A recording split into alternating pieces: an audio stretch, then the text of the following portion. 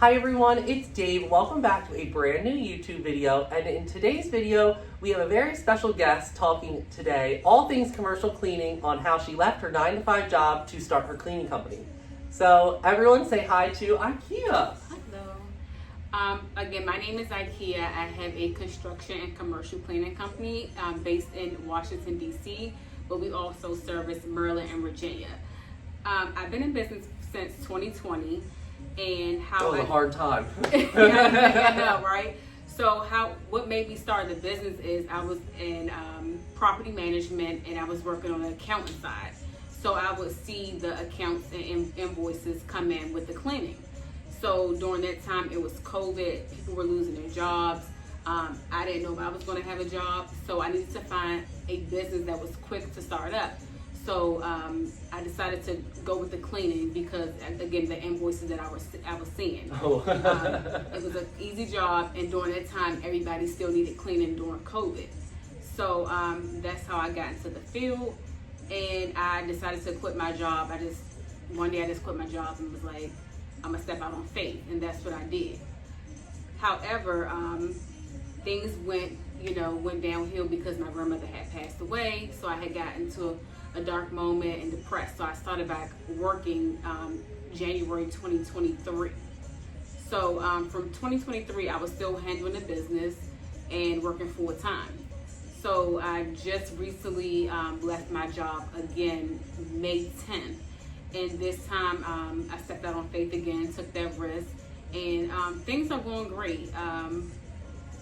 That's amazing. That's really, really this is an inspiring story. So the reason I wanted her here today was because so many of you guys have reached out to me saying, Dave, I'm currently working 9 to 5 and I want to go into the cleaning industry. I just don't know where to start. And I think it was so good to, hear her story, which she's going to tell more about, because like I said, so many of us want to leave our 9 to 5 and go start that cleaning company, but we don't know where to start. And this is living proof right here that she's doing it. And it's not easy, but she's out here, she's doing it, and that's why she's here today. She's here to tell us everything she's learned since she left, and why she wants to do this. So you want to just tell us why did you choose the cleaning industry of everything you could have chosen? Sorry. So I chose the cleaning industry because it was an easy startup. Okay. Job. It was not much to pay for products and cleaning supplies. However, I ended up getting into the construction and government side, which is a whole different turn I didn't think I would be in. So cleaning, it can take you a long ways. I would definitely say it's not easy, but it's definitely worth it. I started out passing cars out every day. I still do sometimes. That's amazing. Even on my lunch break when I was working, I would pass out my business cards, email people. But basically, I got to the government field. I started getting certifications and going to networking events, meeting people. But I would say the biggest takeaway from me would be build relationships. Like me and Dave, we met and look at me now. So build good relationships, be good to people. Absolutely. And just don't give up, keep going, And I'm going to say, so many people, I've seen this, so many people think they're just going to open the cleaning business and it's going to take off. People don't understand. When you're just starting your cleaning business, you need to start building trust with clients. You need to start building relationships. Like she said, go to those networking events. Go meet those potential contractors or go meet those potential contacts. Something that I heard recently that I really liked was I had a friend that owns a cleaning company, and she actually went to some kind of dental convention. So people that are in the dental industry, they had industry specific event, and she went and she started passing her business card out to these business owners, and she got calls from it. So when you own a business, don't just expect you're going to open the cleaning business and it's just going to run and you're just going to get out of it. It's going to take a few years to get it up and running, get your systems and processes in line, in check, so everything can run smooth when you're not there. It does not happen overnight, right? I've been doing this 10 years and we're still perfecting our systems every single day, right? I am very proud of our company, right? But, every single day we're learning new things. We're adding new things. And so many people just want, they want that money right there and then. And sometimes you just can't expect it right there. You've got to put the work in. I just made a video yesterday talking about me going out doing quality control last night. People don't understand. You've got to put the work in. So do you want to add anything about that? Because like I feel like so many people just think they're just gonna, take off right when they start, and that's not the truth. Yeah, you definitely have to put in the work. And I'm going to use a prime example. When I first got started, again, I was still working a full-time job, and I was still cleaning at night. That's sometimes hard. Yes, it is. I was doing that with school. I was going to school, and then I was working at night, and I was up until 2, 3 in the morning every day. So yeah, and then sometimes when you first start out, again, for an example, I will go to this cigar shop. This is my first client, commercial client. I remember you posting Yeah. that. That's Yeah. awesome. So I went there about 4 times. They said no. And then the 5th time I went, they basically said, well, this is what our cleaner is charging right now. I underbid myself so low. Gotta start somewhere, right? Yeah. It got my foot in the door, and the price was really low. But once I did the cleaner, I did a really deep clean. It took me about 5 hours to clean this shop myself. But once I proved myself that I did a great job, his uncle called. He had a cigar shop. His father called. He had another cigar shop. So it takes a lot. You just have to keep going. And like you said, pass out your cards, send out emails. You have to show up. Because like I tell people all the time, contracts are not going to walk to you. You have to go get those contracts yourself. And it's not easy. I've been in business going on 5 years. I'm still learning kinks. I'm here with you. I reach out to Dave a lot and ask him questions, with certain policies. Just do your research. It's not hard though, so don't give up and don't think it's difficult. Just keep watching YouTube videos. Google, they have AI now, ChatGPT, so you can go in there and Google what cleaning materials to use. But basically, just get your cards and just step out on faith and do it. Yeah, thank you so much for all of that. That was really good info. And I know some people are like, Dave, what do you do to just keep going? And the real answer is, it's like, you just have to, you might not see the results right there, right now, but eventually it will come, right? Like you heard, she went and estimated this one, and she did, obviously she was getting her foot in the door, so she did a little bit cheaper than, she should have, but then her opportunity to come with multiple stores, right? So people don't understand there's, you might, and especially in the beginning, I'm going to tell you, for me, for example, I remember we were charging one of our clients $45 a night when we first started. Oh, wow. $45 a night. I will never forget. My first ever commercial client, we did a whole bunch of houses, and then I was like, this is my first ever commercial account. I had no employees. It was just me and my dad, and we were cleaning. But people don't understand. You've got to start somewhere, right? For example, we wouldn't be able to charge the prices we charge today if we didn't have that $45 client 10 years ago, right? So, and obviously when you have employees and when you don't have employees, it's completely different, right? When you have employees, you have a lot more expenses and you have a lot more requirements, right? But when it's just yourself and maybe a family member, it's a little bit easier, right? But as you continue to grow, you need to figure out, obviously you need systems in place, so you need to figure out, how are you guys cleaning? How is it running? How is stuff getting checked? As time goes on, you'll end up coming up with systems, which I'm going to make a completely separate video on systems. But I think it was just so great having her here, just telling us a little bit about that, because like I said, so many people reach out and say, I want to get out of my 9 to 5. But I just want to ask one last thing before we get off here. Can you give any advice to someone right now?